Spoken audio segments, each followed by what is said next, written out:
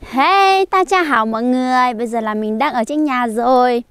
Và hôm nay thì nhà mình sẽ giá bánh à. Bố, nhà mình sẽ giá bánh nhá mọi người. Nên là mình sẽ đưa mọi người đi xem nhà hoa giá bánh Tết như thế nào nhá. Còn cái này là cái giá bánh nhá mọi người. Cái này thì tí nữa mình sẽ ấy xuống như thế này. Đó, có 2 cái. Còn trên tay Hoa đang cầm thì là bông ngô đón Tết nha. Bông gạo. Đó. Còn đây là nhà Hoa nè. Hai mẹ con mình thì về từ tối hôm qua rồi. Nên là hôm nay thì chuẩn bị làm bánh để đón Tết thôi. Mời cả nhà theo chân cùng Hoa đi nha. Sẽ nụ nỉa trên chỗ vào to chứ to mà bà.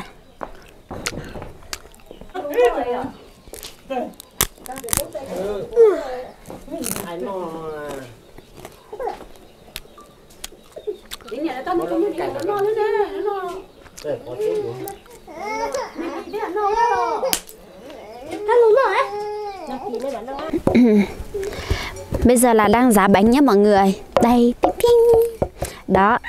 Ở chỗ Hoa thì giá bánh như thế này thôi. Chúng mình là làm bánh như thế này thôi. Nếu mà nhà có máy nghiền thì mình dùng máy nghiền. Còn không có thì mình sẽ tự làm tay nha.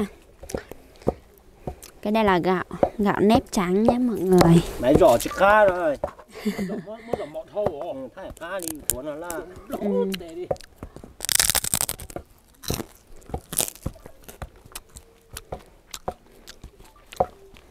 mất cho nó ăn đâm này.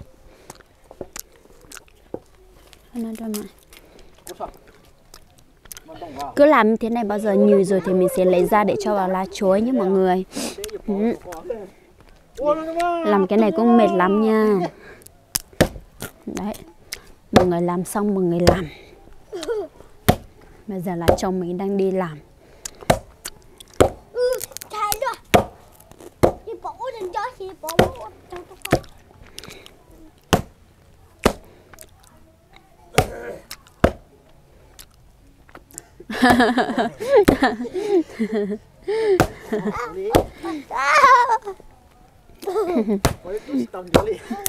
Nó bị dính rồi.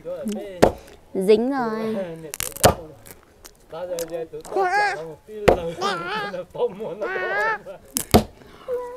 Bỏ đồ chị tàu là.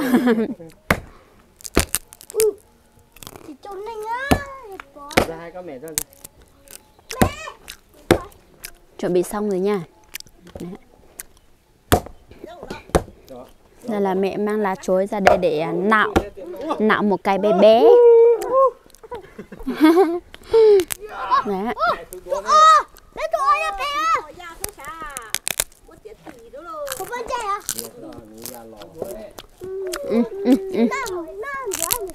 Nào.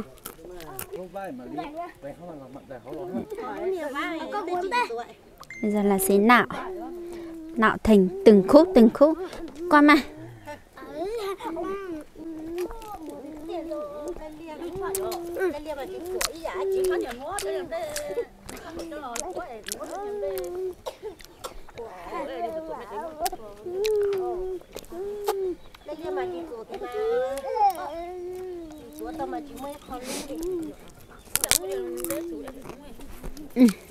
Con ngủ đi.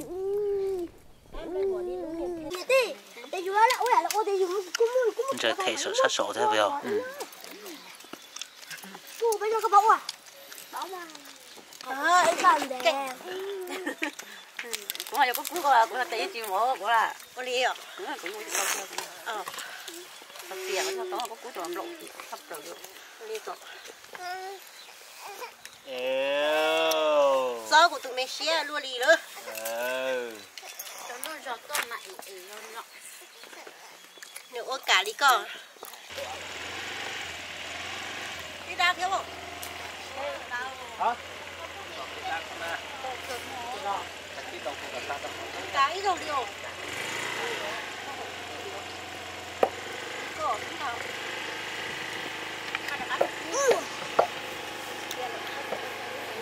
tôi tuổi rồi có thầy thầy à 28 29 30 31 bao nhiêu hết 33 34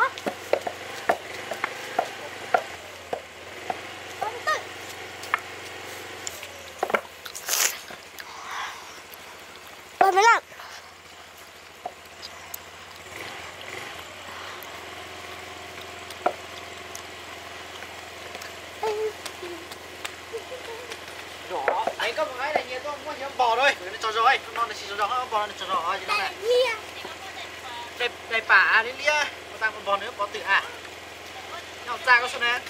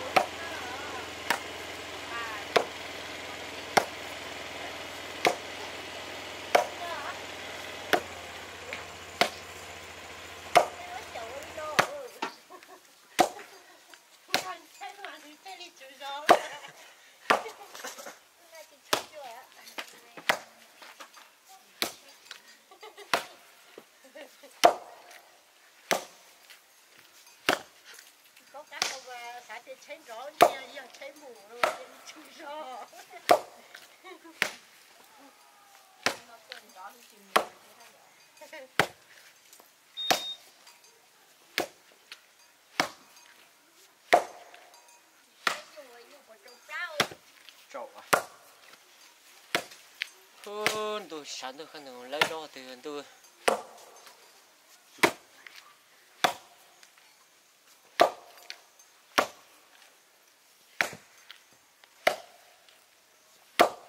kiếm luôn thì không luôn này. Sao? À lá tài.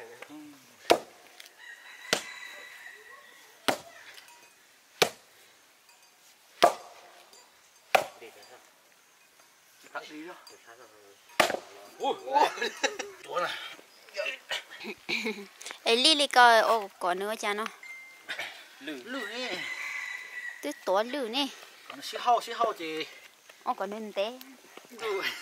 Còn nó mà còn là xít đỏ. Nó thì xít đỏ này. Nó xít đỏ cho con chúa này. Ôi con lẩu.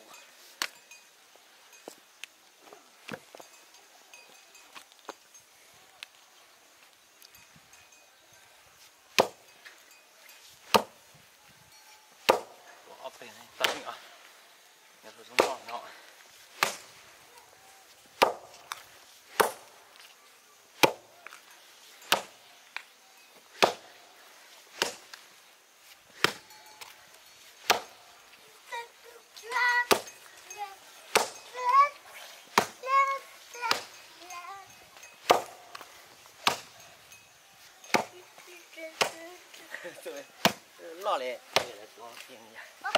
Ở đây tuổi to.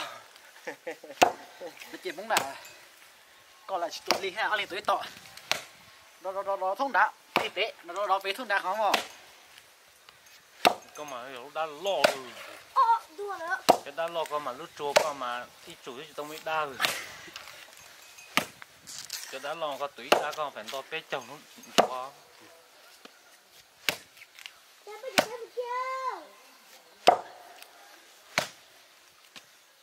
Ôi giời, lịch sử rồi. Đâu cả. Hành không? Đâu Sao mẹ cơ? Đây là lần thứ 2 rồi à? Đây là lần thứ 2 rồi. Đấy. Sau khi làm xong thì sẽ cho vào lá chối thì sẽ thơm. Thơm rất là nhiều. Làm từng cái. Bây giờ thì trời tối rồi. Ở trên bảng là mưa phùn nhưng mọi người bây giờ là lạnh sương sương. Đi mà kẹt. Đi không? Ôi dồi, cu đi. À, đào tê này. Có mỏ xuống ra cho con. Mỏ đi.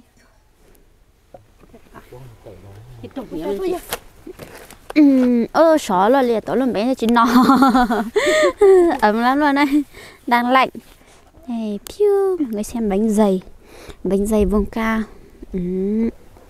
Có cái kia chấm này thì rất là ngon luôn. Và đến lúc mà nó cứng lên thì mình mang đi nướng hoặc là mang đi rang ăn thì ngon lắm luôn á. Bánh dày nha. Không nhân. Có nhiều người bảo là cho nhân vào nó sẽ ngon hơn, nhưng mà ở trên vùng cao thì họ không thích ăn nhân đâu. Đấy. Nó không giống như là mình ở trong huyện người ta thích ăn nhân, ở trên vùng cao thì họ toàn làm như thế này. Với lại một phần nếu mà mình làm nhân thì mình làm nhân thì mình làm nhiều ấy nên là nó bị thối này, nó bị thối chua nên là không ăn được. Đấy. Thơm lắm luôn. Ôi tối lúc mình nó xót tê hành. Xót tê theo à. Tết chỉ mặn lúa.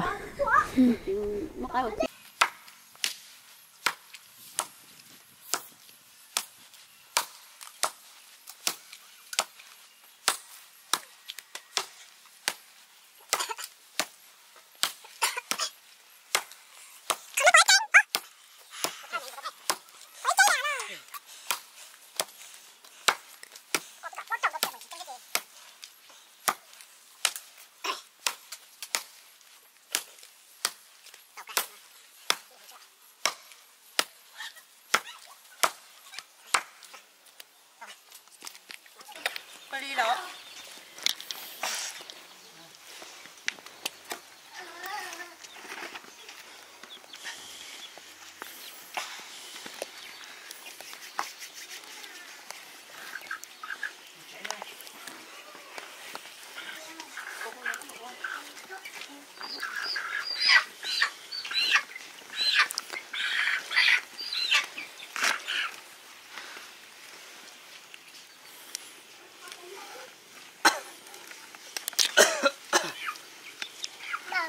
Cho bé mua bé bây giờ bé chọn con tết thì số thứ 4 họ cho nó tết đấy mua nhiều không cô tông nhiều của ly của ta thì nó đấy thế con nói liên cái tông họ thì nó không ăn đồ có bốn lần chú à ăn chú một con nào đây rồi kia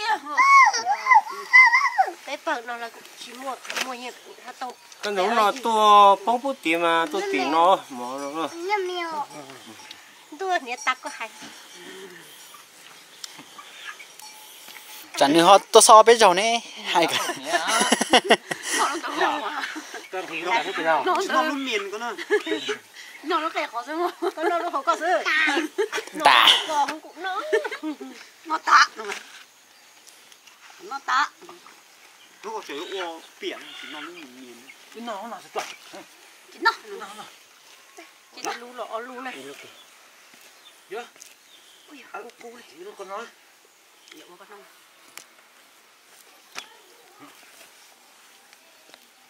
có tay nhé có tay nhé rồi cho bơ tôi mà cho không bơ nét tôi là chưa cho tôi không bơ cho tôi sát tiền sao phải nó tại bố là cái kẻ chùa ấy là ta lúc thì nó là té cái là cho chơi